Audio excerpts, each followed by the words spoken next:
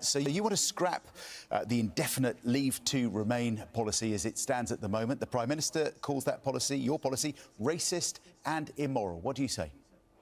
Well, I think the British people are sick and tired of having their concerns dismissed, having their concerns sneered at, and having the political elite, of which Keir Starmer is the shining example of these days, basically insult them for having perfectly legitimate concerns about immigration. The British people, election after election after election, voted for less immigration, and instead they got mass, untrammeled, insane amounts of immigration. The cost of that is enormous. Last year alone, the British taxpayer, people watching this programme, listening to this programme as they go to work, a portion of their work today is going to pay for the £9 billion of universal credit payments, welfare payments going to foreign nationals. And if you stand up and say, you know what, we're not too happy about that actually, people like Keir Starmer call you racist. It's just more of the same. And that is why, by the way, Keir Starmer, in that interview, he wasn't talking to voters. He was talking to his members, because a Survation poll this week said the majority of Labour members want him to resign. OK, but let's just stay with your policy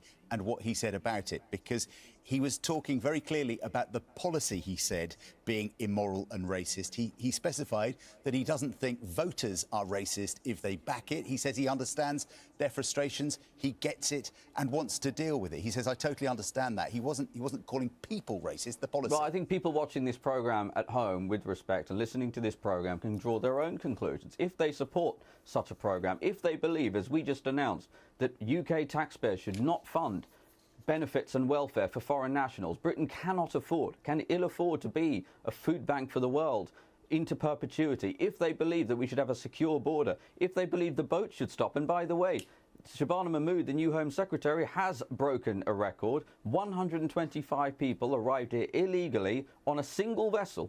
That is a record.